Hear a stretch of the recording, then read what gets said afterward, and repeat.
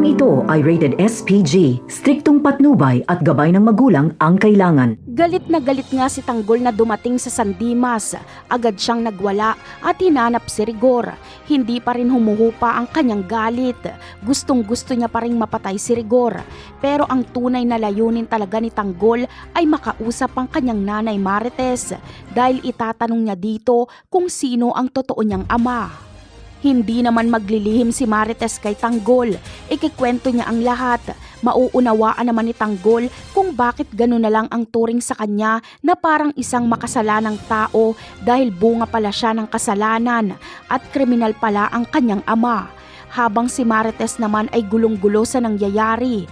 Hindi niya alam kung sino kay Tanggol at Ramon ang nagsasabi ng totoo.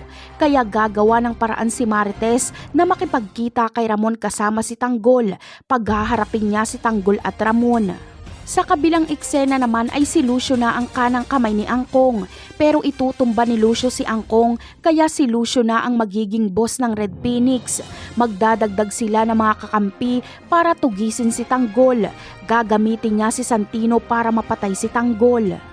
Pero hindi magtatagal ay matutuklasan na ni Santino na ginagamit lang siya nila Lucio.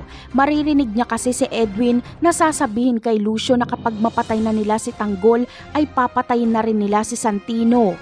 Kaya palihim na aalis si Santino sa Red Phoenix at hahanapin niya si Tanggol. Sasabihin niya ang plano nila Lucio at kung saan ito nagtatago.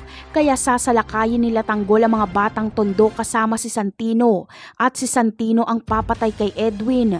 Napakarami pa nating dapat abangan sa mga susunod na episode. Paalam!